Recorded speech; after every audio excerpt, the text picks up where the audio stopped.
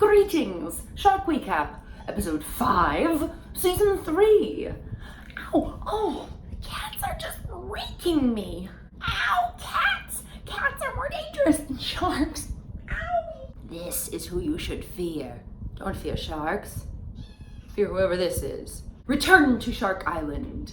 Dun dun dun! And Shark Island is the island of Reunion, which is east of Madagascar, and apparently has a really awful problem with shark attacks. So Craig O'Connell, who has previously shown off his invention of basically like a fake kelp forest that's made out of like an electromagnetic field, which is pretty cool, in the hopes of like deterring sharks from areas with swimmers. And it's been tested, and they found that it's like if you put bait in the middle, sharks will come check it out, but they'll still leave, so like that's pretty good. Anyway, he gets called in. He's got this whole special plan to film for Shark Week because of all the incidents, and as he's arriving, another person died. Surfing has actually been banned there, and people keep doing it anyway, and then they keep dying, so then people get mad because they're getting shark attack problems, so then they start killing the sharks. They showed footage of someone like dragging an effigy of a shark, and I'm like, oh Jesus Christ, what's wrong with people? At one point, there's a test run on some water to see if there's bull shark DNA in it. What kind of DNA? Like DNA? Or like DNA? What are we talking? Are we talking sperm bank, or are we talking ancestry.com? So one of the things about bull sharks that makes them dangerous to humans is that they can go in brackish water and into freshwater areas. The population on Reunion Island has greatly increased over the past few decades, which means that there's way more urbanization, which means there's way more like aqueducts and crap bringing fresh water to that area, which means it's all this runoff suddenly going into the ocean, and it's creating brackish water because it's fresh water plus salt water. And bull sharks are like, ooh, we're the only ones that can hunt there, so let's really hang out and eat everything, including surfers who are not supposed to be in the water anyway. The host of the show, Craig O'Connell, is also the inventor of this electromagnetic kelp field thing that they're going to test out. And Reunion is the first nation to buy this system. So they've set up like a temporary like 12 foot by 12 foot or probably meter, but like 12 something by 12 something square to bait, and then keep track over months to see if sharks come investigate it and if they leave. And if 20 individual bull sharks sniff the bait and then decide not to go for it, then it proves that it had an effect, that it worked. So then they will put it in around the beaches and hopefully make it all safe again. There have been so many deaths there of humans and of sharks, and it's just everybody's dying, everybody's killing each other. It's blood in the streets. But it really is genuinely sad, and this is a very cool invention that is less disruptive to the ecosystem because it's not like a net. It really looks like kelp underwater. It's very pretty. I just really hope it works, and I really hope that next year there's a special about how the bull sharks stopped attacking people and everybody's happy and nobody's killing sharks, and they're all just hugging and loving each other. Great White Kill Zone, Guadalupe Island. This show was clearly titled to try to trick people into watching, thinking that they will see like attacks, but it's the kill zone part. It is accurate, but it's about where they hunt. It's about shark predation at Guadalupe Island, and like that's cool and didn't need to have a scary title. I would watch it no matter what. You could call it some junk about sharks, I'd watch it. Great white sharks love to feed when it's kind of hard to see. That's why you're not really supposed to go in the water during like dawn, dusk, or if it's too murky, because that makes it easier for them to hunt and get confused.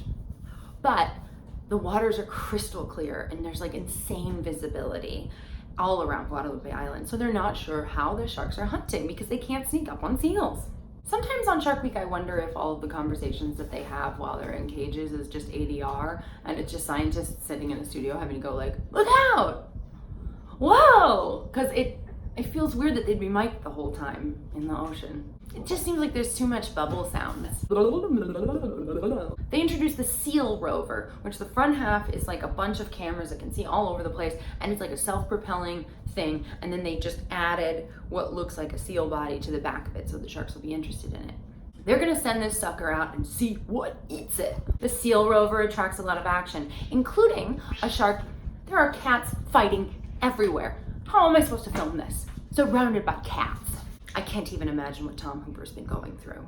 At one point, there's a big old shark that has like a rope stuck all the way around. And it's like cutting into its skin and it looks so sad. And they immediately nicknamed it Ropey. Calling a shark that has a rope stuck to it ropey is as rude, if not ruder, than crutchy in Newsies. Because your affliction is not your nickname. What are we? In elementary school? They said big female, drink. So then they're trying to put a like camera / geotaggy thing onto the fins of these sharks, so they have to clip it on because it's complicated. They can't just like poke it or whatever.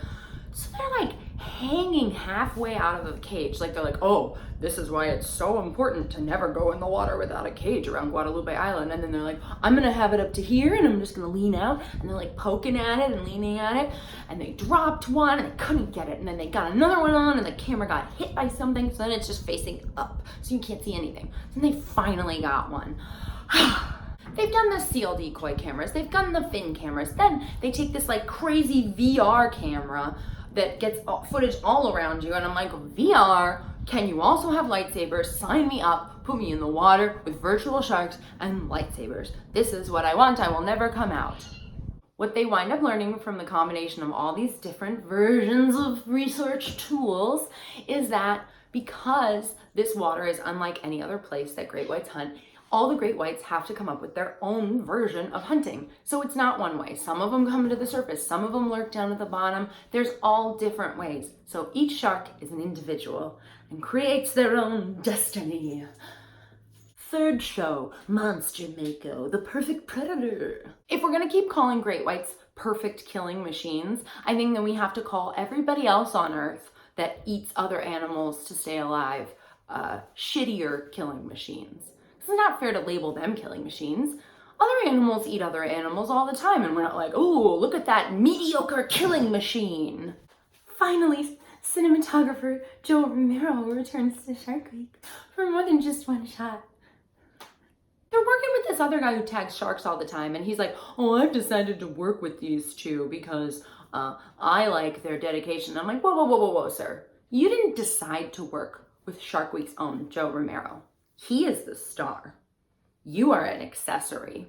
So like way too much of this special was throwback footage to other specials they've done about Makos, which is like still interesting to see, but as someone who watches every episode every year, I've seen it already. So if you've never watched any specials about Makos, this is full of great stuff. But if you're me and you remember it, it's kind of a bummer. So when great whites get really huge, they've been calling them mega great whites. But when Makos get really huge, they're grander Makos.